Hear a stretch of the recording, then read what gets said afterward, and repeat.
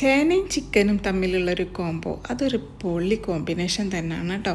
ഇതെന്തായാലും നിങ്ങൾക്കിത് കാണുകയാണെങ്കിൽ ഒരു പുതിയ റെസിപ്പി തന്നെയാണ്. ട്രൈ ചെയ്ത് നോക്കുക. ചോറിൻ്റെ കൂടെ ചപ്പാത്തിൻ്റെ കൂടെ സൂപ്പറാണ്. അപ്പോഴും നമുക്കിതിലേക്ക് വേണ്ടത് ചിക്കനാണ്. ചെറിയ ചെറിയ പീസാക്കി കട്ട് ചെയ്യുക. കഴുകി വൃത്തിയാക്കി കഴിഞ്ഞതിന് ശേഷം നമുക്ക് 1 ടീസ്പൂൺ കുരുമുളക് പൊടി ചേർത്ത് കൊടുക്കാം. 1/4 ടീസ്പൂൺ വറ്റൽമുളകിൻ്റെ പൊടി അതും കൂടെ ചേർത്ത് കൊടുക്കാം. ഒരല്പം മഞ്ഞൾപ്പൊടി, ഒരു തണ്ട് കറിവേപ്പിലയും കൂടെ ഇട്ട് കൊടുക്കാം. ഇനി നമുക്കിതിലേക്ക് ഇഞ്ചി വെള്ളുള്ളി പേസ്റ്റ് 1 ടീസ്പൂൺ വേണം. പിന്നെ വേണ്ടത് ചേനാണ്. 1 കപ്പോളം നമുക്ക് ചേന ഇതിലേക്ക് ഇട്ട് കൊടുക്കണം. ഇനി നമുക്ക് ടൊമാറ്റോ പേസ്റ്റ് വേണം. ടൊമാറ്റോ പേസ്റ്റ് ഇല്ലെങ്കിൽ പിന്നെ ടൊമാറ്റോൻ്റെ പ്യൂരി അങ്ങനെ ചേർത്ത് കൊടുക്കുക കേട്ടോ. 1 ടീസ്പൂണ് എല്ലാം കൂടെ കൈ വെച്ച് ശരിക്കും ഒന്ന് കുഴച്ചൊന്ന് മിക്സാക്കാം. മിക്സാക്കി കഴിഞ്ഞതിന് ശേഷം നമുക്ക് കടായി അടുപ്പത്തേക്ക് വെച്ചെടുക്കാം. അതിലേക്ക് വെളിച്ചെണ്ണ ഓയിലോ എന്ത് വേണമെങ്കിലും ഒഴിച്ചു കൊടുക്കാം. 1 ടേബിൾ സ്പൂണ്.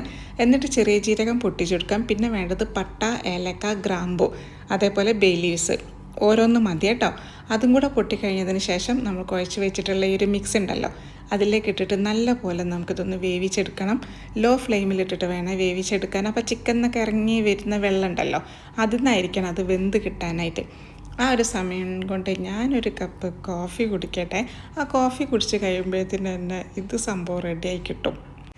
ലോ ഫ്ലെയിമിലിട്ടിട്ട് വേവിക്കുമ്പോഴാണ് ശരിക്കും തിന്നും ചിക്കനും വെള്ളം ഇറങ്ങി വരിക. ആ ഒരു വെള്ളത്തിലായിരിക്കണം ചേനയൊക്കെ വെന്ത് കിട്ടാനായിട്ട്. അപ്പോൾ ശരിക്കും അതങ്ങനെ പെരണ്ട് കഴിഞ്ഞാൽ പിന്നെ നമുക്കിതൊന്ന് സെർവ് ചെയ്യാം. സെർവ് ചെയ്യുന്നതിന് മുൻപ് തന്നെ ഉപ്പൊക്കെ ഒന്ന് നോക്കുക കേട്ടോ. അപ്പോൾ ഉപ്പ് കുറച്ച് കുറവുണ്ടായപ്പോൾ ഉപ്പിട്ട് കൊടുത്തിട്ടുണ്ടായിരുന്നു.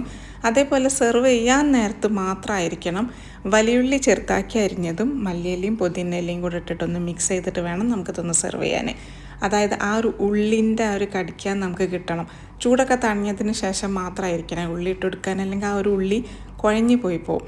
ഈ ഒരു പരുവത്തിൽ ചോറിൻ്റെ ഒക്കെ കൂടെ കുഴച്ച് തിന്നുമ്പോൾ സൂപ്പർ ടേസ്റ്റാണ്. എന്തായാലും ട്രൈ ചെയ്ത് നോക്കിയൊക്കെ കേട്ടോ. ഒരു പൊളി കോംബോ ആണ് ചേനയും അതേപോലെ ചിക്കനും.